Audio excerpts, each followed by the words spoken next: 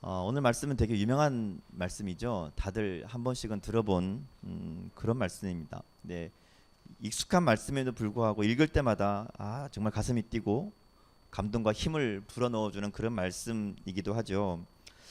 우리가 새해를 시작하면서 계속 지난주 이번 주 계속해서 하나님이 들려주신 말씀이 위로의 말씀이고 또 약속의 말씀인 것을 보면 하나님께서 우리들에게 가장 들려주고 싶은 이야기가 바로 이런 이야기이지 않을까 생각을 합니다. 혹시 잘 모르시는 분들, 특별히 새내기를 위해서 얘기를 해주자면 청년부 예배의 이 설교 본문은 제가 임의로 정하지 않습니다. 청년부 예배 이 설교의 본문은 전 세계가 이게 공통적으로 사용하는 성서 일과라는 게 있어요. 성경 말씀을 이제 그 절기에 따라서 뭐 성탄절, 부활절 이런 절기들이 있잖아요. 그런 교회의 절기에 따라서 매 주마다 본문을 네 군데를 정해놔요.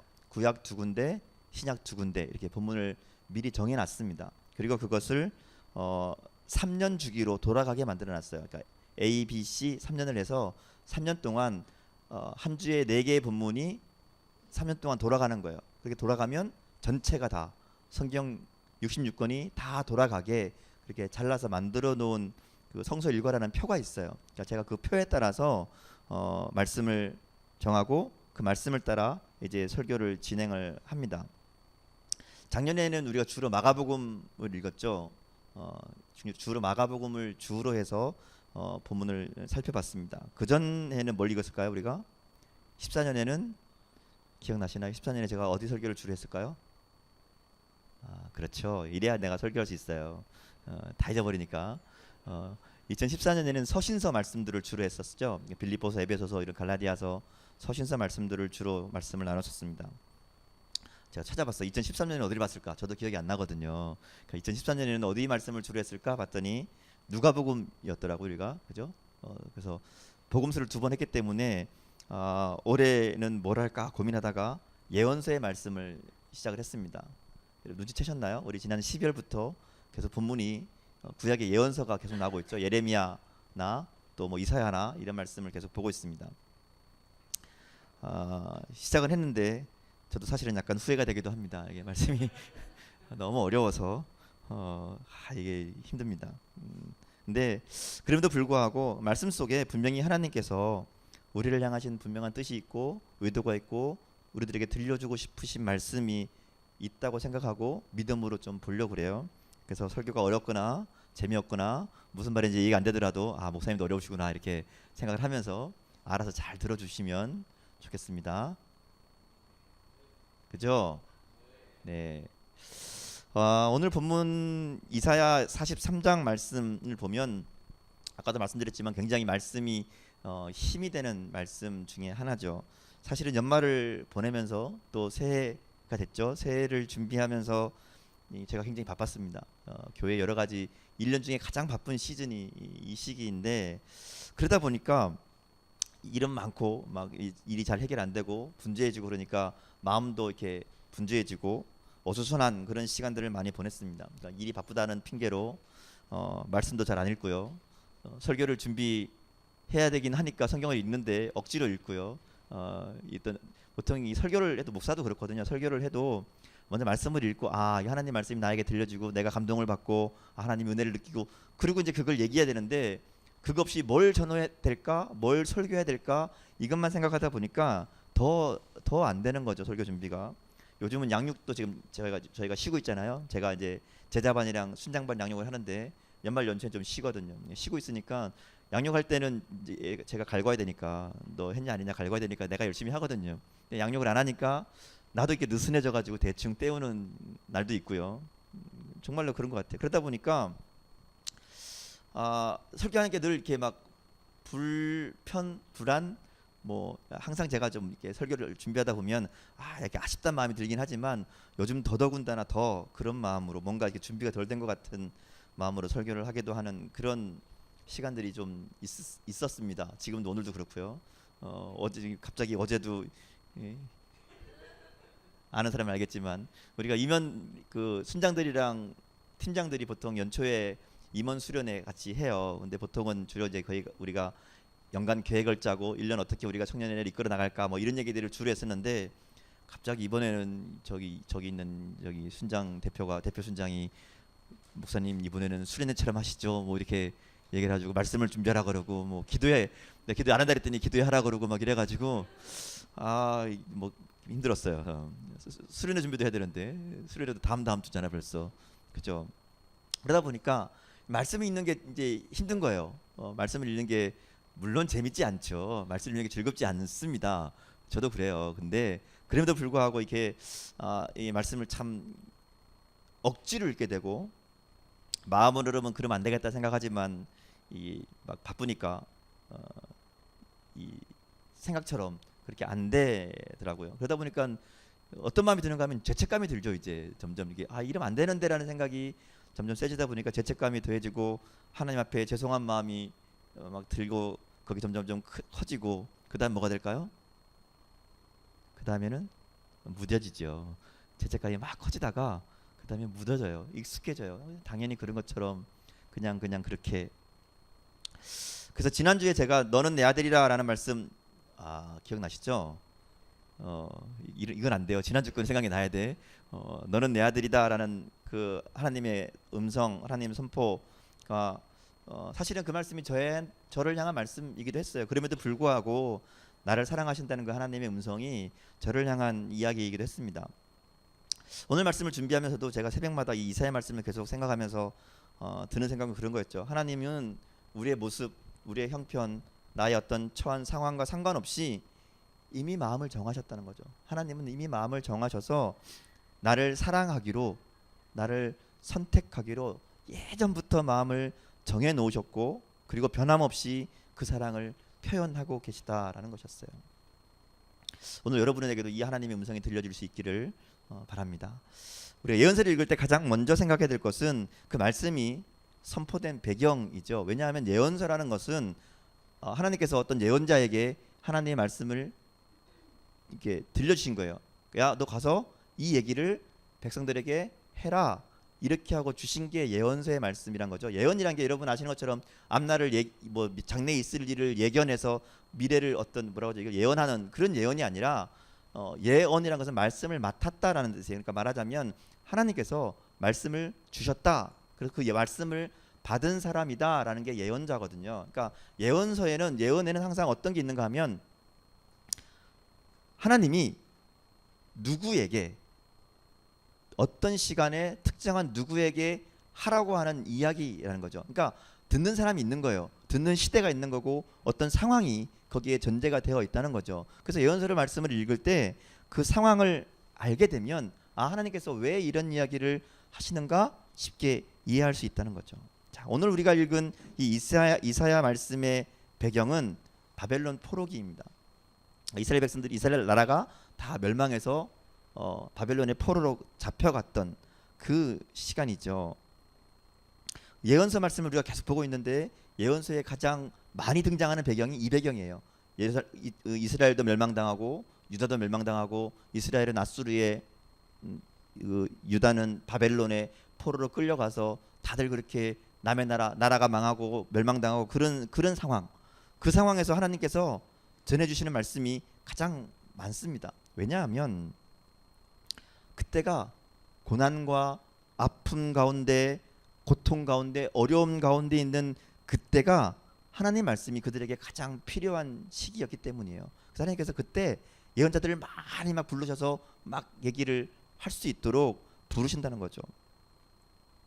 지금 이사야가 얘기하고 있는 이사야 43장의 이 상황도 그런 상황이에요. 나라가 다 망하고 예루살렘은 초토화되고 궁전은 무너지고 성전도 불타버리고 거기 있던 귀한 집기들 다 약탈당하고 좀 똑똑한 사람들 다 끌려가고 귀족들도 죽고 왕들도 다 포로가 되었고 그런 상황. 그런 상황에서 그들이 느끼는 두려움, 공포 이런 건 상상이 안 되죠. 이런 상황에 따른 사람들의 대처는 좀 다르죠. 어떤 사람들은 끝까지 이 투쟁합니다. 우리가 옛날 일제시대 때 독립운동했던 것처럼 끝까지 이 바벨론에 대항해서 이 무력으로 투쟁하던 사람들이 있었어요. 결국은 다 잔인하게 진압당했죠. 반대로 어떤 사람들은 이 바벨론의 이 새로운 질서에 이렇게 빠르게 적응해서 거기에 가서 막 거기서 자리를 잡고 뭔가 일을 하고 뭐 권리가 되기도 하고 돈도 벌고 그런 사람들도 있었죠. 그리고 대다수의 나머지 사람들은 이 처참한 상황 앞에서 이러지도 못하고 저러지도 못하고 속만 끓이고 있었을 겁니다. 근데 이렇게 상황에 따른 대처는 다 달랐지만 그들이 생각하는 이 신앙의 문제 의식은 똑같았어요. 이런 상황을 겪으면서 나라가 멸망당하고 막 이 사람들이 포로로 끌려가고 그 상황에서 그들이 대처하는 방법은 다 달랐지만 그들이 그 가운데 느끼는 신앙의 문제는 똑같은 문제를 제기했어요. 두 가지 문제를 생각합니다. 첫 번째는 이런 거예요. 하나님이 우리가 그동안 믿고 따랐던 우리가 그동안 섬겼던 하나님이 무능력한 존재가 아닌가 하는 거였어요. 우리가 믿던 하나님, 우리가 따르던 그 하나님이 힘이 없는 게 아닌가. 그래서 바벨론에 멸망당하고 아수르에 멸망당하고 이렇게 우리가 어려움을 겪고 고난 가운데 있는 것이 우리가 믿던 그 하나님이 무능한 존재가 아닌가 하는 게 그들이 생각한 의문이었어요. 그렇죠? 하나님이 전능한 분이라면 어떻게 우리가 이렇게 철저하게 처절하게 이 제국들에게 당할 수 있겠느냐라는 거죠. 그렇죠? 그런 생각이 들만하죠. 두 번째 의문은 이런 거였어요. 하나님께서 우리를 선택하셨다 그랬는데 하나님의 선택이 혹시 우리가 아닌 게 아닌가 하는 거였어요. 하나님으로부터 선택받은 민족이라고 생각하고 살았는데 우리가 이렇게 멸망당하는 걸 보니까 하나님이 우리를 선택하신 게 아닌 게 아닌가, 우리의 착각이지 않았나, 그런 의문이 들기 시작했다는 겁니다. 첫 번째, 하나님이 전능하지 않으신 거 그게 아니라면, 하나님이 전능하신 분이라면, 두 번째 문제는 이거죠. 하나님은 전능하신데 우리를 선택하지 않으신 것, 우리를 돌보지 않으시는 것, 이게 그들이 당하고 있는 그 어려움들을 바라보면서 생각할 수 있는 두 번째 문제였다는 거죠. 여러분, 이게 단순히 어떤 불신앙이라고 생각할 문제가 아닙니다. 그들이 당한 상황을 생각해 보면 충분히 그런 고민을 할 수 있는 상황이었고요. 그리고 그런 문제 앞에 그런 고민을 하기 시작하면서 무슨 일이 생겼는가 하면 그들의 신앙이 더 성숙해졌다는 겁니다. 무슨 일이 생겨도 아무 고민 없이 그냥 그런 되는 대로, 그게 아니라 왜 하나님께서 왜 나에게 그런 고민들을 가지고 그 문제를 해결하려고 하나님 앞에 그 문제를 들고 나갔던 이 사람들, 그 시간들을 통해 그들의 신앙이 훨씬 더 심화되고 성장되었다는 거죠. 그래서 우리가 제기한 두 가지 질문이 있었죠. 하나님이 정말 전능하신 분인가? 하나님이 선택하신 게 맞는가? 이 두 가지 질문에 대한 해답들을 계속 찾다 보니까 그들이 하나님에 대해 알게 됐어요. 더 깊이, 더 많이. 그리고 하나님의 선택에 대한 확신도 더 강하게 되었다는 거죠. 말씀을 좀 우리가 오늘 이 두 가지 질문을 가지고 함께 보려고 그래요. 첫 번째 문제는 하나님의 능력에 관한 문제였죠. 하나님의 능력, 정말 하나님 전능하신 게 맞느냐? 그들이 현실에서 느끼는 이 상황은 하나님은 전능하지 않은 분 같다는 거죠.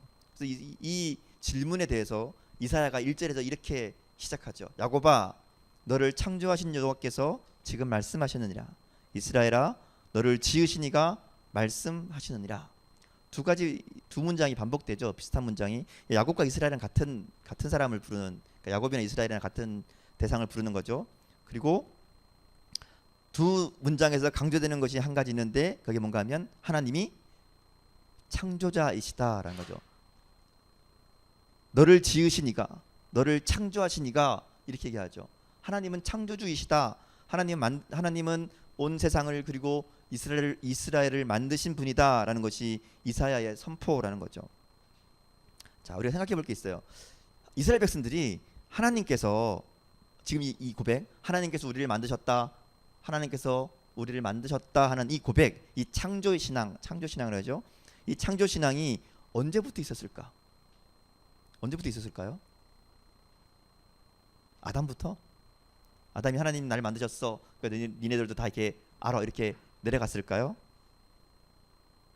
처음에는 그렇게 시작했겠죠. 근데 시간이 지나면서 하나님이 나를 만드셨다라는 것 그들이 기억하지 못하게 됐습니다.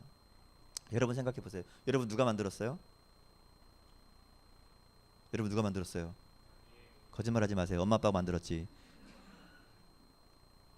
여러분 하나님 여러분을 만드셨다는 것을 생각하고 사시나요? 아닌 게 맞지? 아니에요. 그거 잘 잊어먹고 살아요. 그런 생각 별로 잘 안 해요.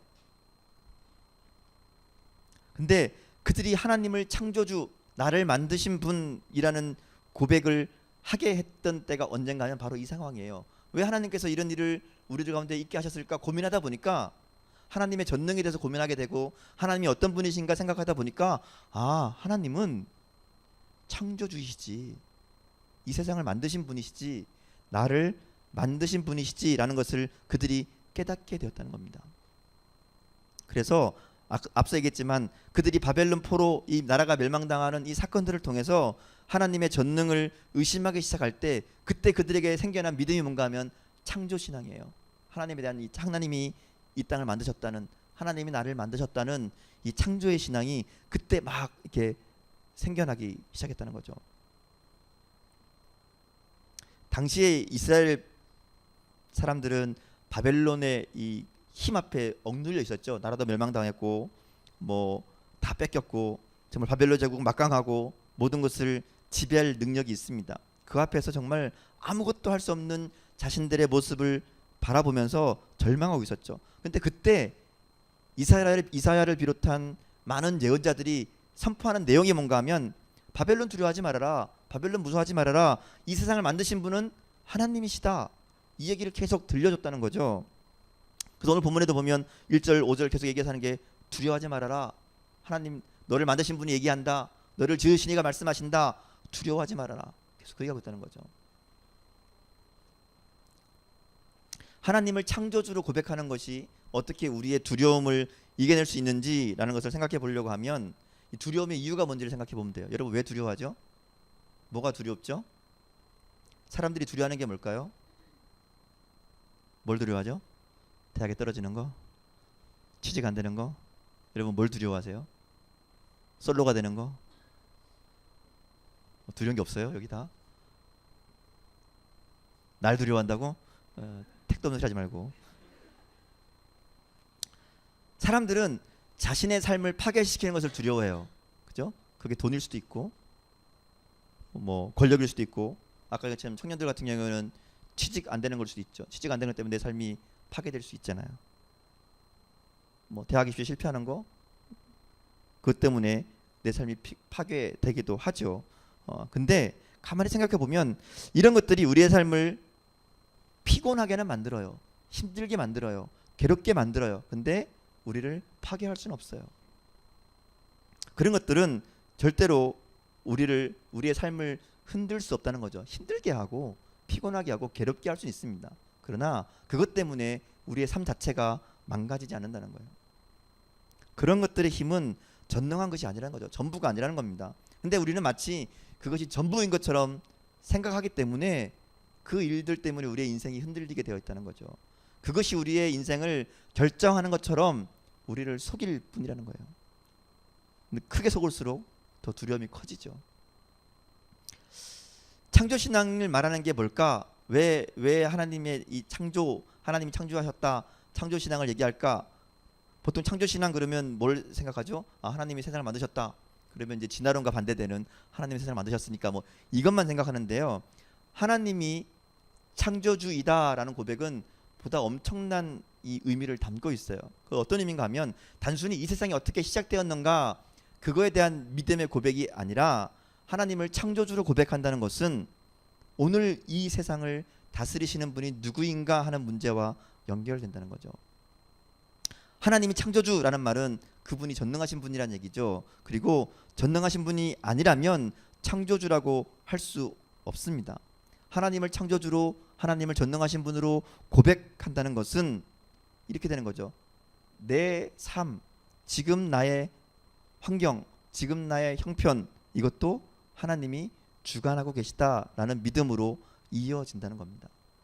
하나님을 창조주라고 고백하는 것은 내 삶의 모든 부분을 하나님이 지금도 다스리고 계시고 통치하고 계시고 간섭하고 계시다라는 것을 고백하는 게 하나님은 창조주이십니다라는 고백에 담겨있는 의미라는 거예요. 그들이 고난 가운데 발견한 게 이거였어요. 지금 그들의 상황은 고난 가운데 절망 가운데 낙심 가운데 있지만 하나님께서 이 세상을 창조하신 분이시기에 지금 우리의 이 상황 가운데서도 나와 함께 하시고 내 삶 가운데 역사하고 계시구나 라는 것을 그들이 깨닫게 되었다는 거죠. 두 번째 문제는 뭐였죠? 두 번째 문제? 선택에 대한 문제였죠. 하나님 나를 선택하신 게 맞나? 하나님이 선택한 백성이라면, 하나님이 선택한 사람이라면 어떻게 이렇게 멸망할 수 있을까 하는 것이 그들의 문제였죠. 이어지는 1절 뒷부분에 보면 계속 얘기하죠. 너는 두려워하지 말아라. 내가 너를 구속하였고 내가 너를 지명하여 불렀나니 너는 내 것이라. 그러니까 이사야를 통해서 하나님이 말씀하시는 것은 그들이 얘기하는 두 가지 질문에 대한 분명한 해답이에요. 내가 너를 지었다. 내가 너를 지명하여 불렀다. 유명한 말씀이죠. 아주 뭐 찬양도 있고요.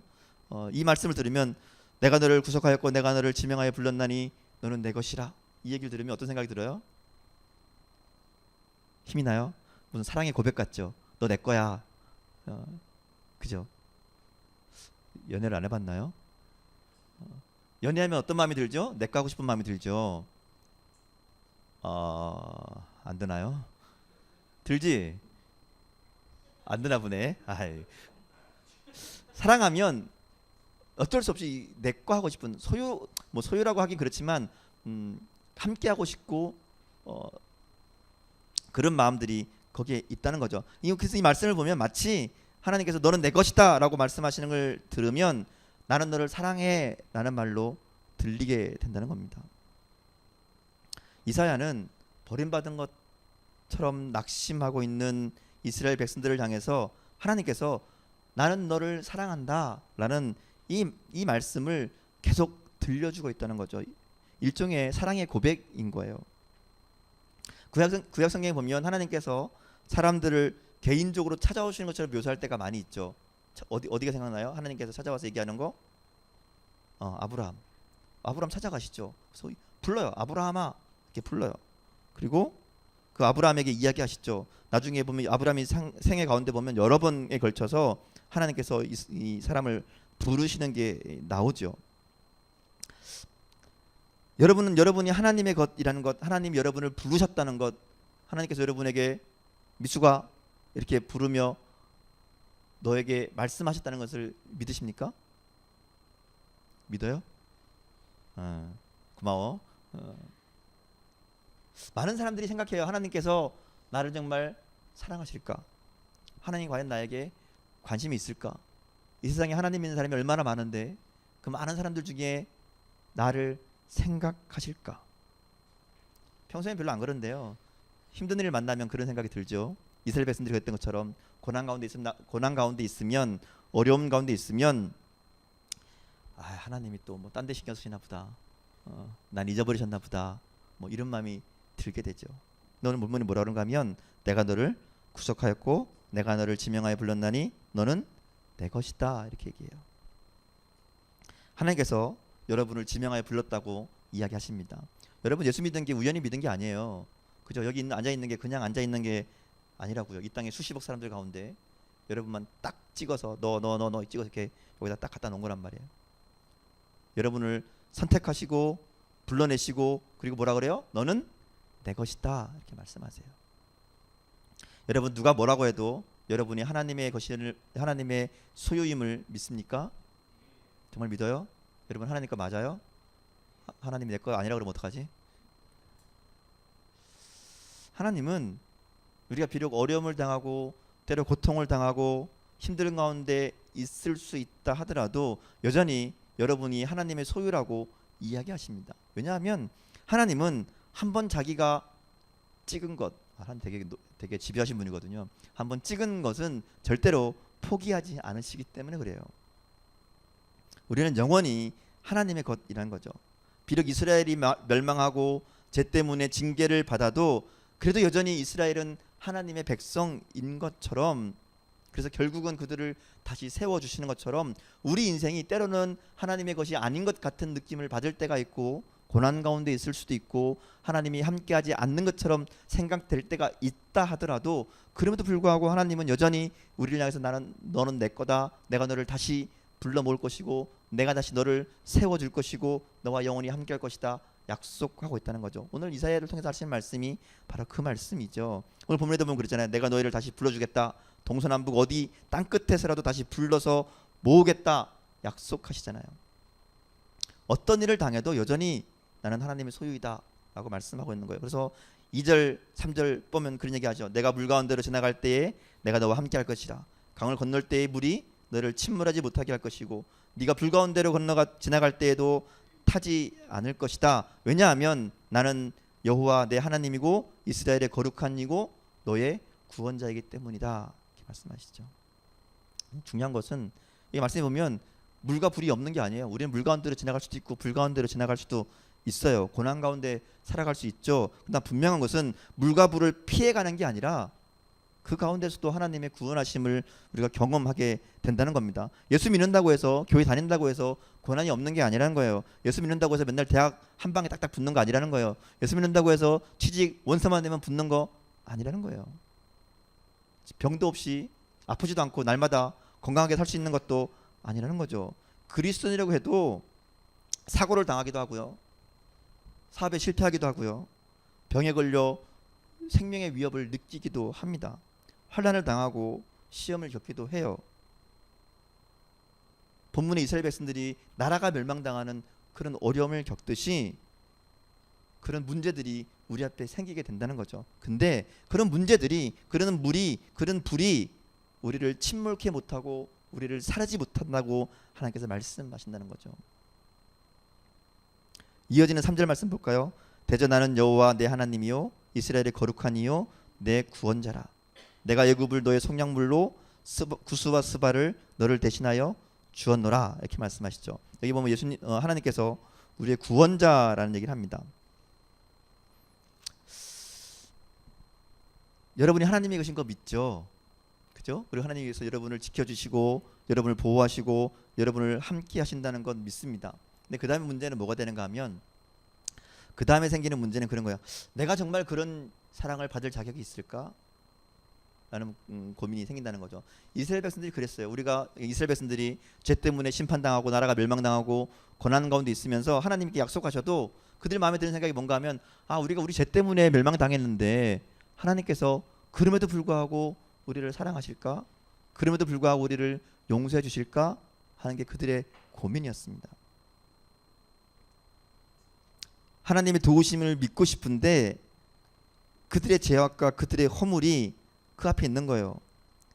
다른 사람은 몰라도 내 잘못, 내 죄, 나의 문제, 나의 허물들은 본인이 알잖아요.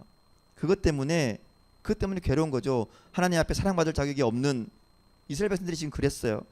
죄 때문에 당했고 하나님 앞에 지은 죄가 엄청납니다. 날마다 하나님 말씀하셨는데 하나님 말씀 안 듣고 우상 숭배하고 하나님 말씀을 따르지 않고 그러다가 결국 멸망당했잖아요.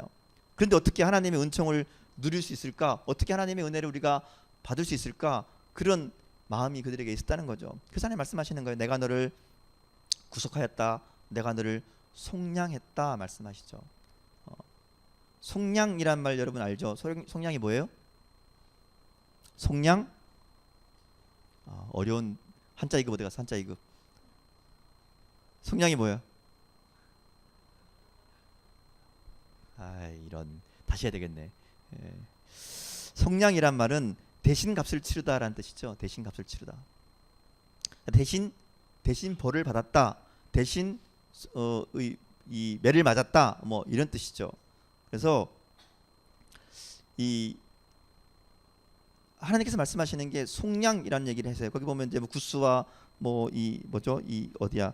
구스와 스바가 대신해서 먹었다. 얼마나 많은 사람들이 너 때문에 대신했는지 아느냐. 막 그런 얘기 하시잖아요. 그리고 결국은 이 속량의 이야기는 예수님에게로 가죠. 예수님께서 바로 이 속량의 모습을 우리에게 속량 대신 값을 치르는 것을 감당하셨죠. 예수님께서 모든 죄와 허물을 대신해서 분명한 대가를 치르셨기 때문에 그래서 하나님께서 내가 너를 구속했다. 내가 너를 속량했다. 오늘 우리들에게 그렇게 말씀하고 있다는 거죠. 우리는 우리 죄 때문에 죄 또는 우리의 부족함 때문에 우리의 연약한 모습들 때문에 하나님의 사랑에서 끊어지지 않을까 두려워합니다. 물론 범죄는 하나님을 노엽게 하고 섭섭하게 하죠. 하나님 앞에 죄를 지으면 징계를 받기도 합니다. 그런데 그렇다고 해서 하나님의 사랑에서 결코 끊어지는 것이 아니라는 겁니다. 왜냐하면 하나님은 예수님의 생명을 우리들에게 주시면서까지 속량물로 그 값을 치르셨기 때문에 그렇습니다. 그래서 바울이 그렇게 고백하잖아요.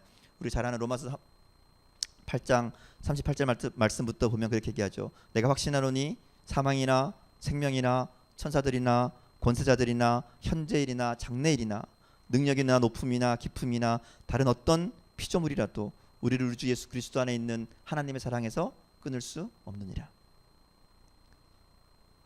문제는 믿음이죠. 하나님이 나를 부르셨다는 믿음, 하나님 나를 지명하여 부르셨으며 나와 함께 하시며 나를 통해 하나님의 역사를 주관하시는 그 전능하신 하나님을 우리가 믿음으로 나갈 때 불 가운데서도 물 가운데서도 우리와 함께 하시는 그 하나님을 경험할 수 있게 된다는 겁니다. 이스라엘 백성이 처한 것처럼 때론 우리의 현재의 고난이, 현재의 어려움이 창조주 하나님을 의심하고 또 나를 선택하신 하나님을 의심하게 할 때가 있죠. 아무것도 안 보이고 뭘 할 수 없을 것 같은 그런 두려움 가운데 있을 때가 있습니다. 그런데 하나님께서는 오늘 우리들에게 우리와 함께 하시며 우리에게 말씀해 주고 계시죠. 너는 두려워하지 말아라. 내가 너를 구속하였고 내가 너를 지명하여 불렀나니 너는 내 것이다. 네가 물 가운데로 지나갈 때에도 내가 너와 함께 할 것이고 불 가운데 지나갈 때에도 너와 함께 할 것이다. 왜냐하면 나는 너의 하나님이고 너를 구원하는 구원자이기 때문이다 말씀하고 계십니다. 바라기는 우리 모두가 하나님의 이 음성을 들을 수 있으면 좋겠어요. 그리고 이 하나님의 말씀을 통해 고난의 시간을 통해 더욱 분명하게 하나님을 만나는 그 은혜를 경험하는 그런 시간들이 저 여러분에게 있기를 주님의 이름으로 축원합니다. 함께 기도하시겠습니다.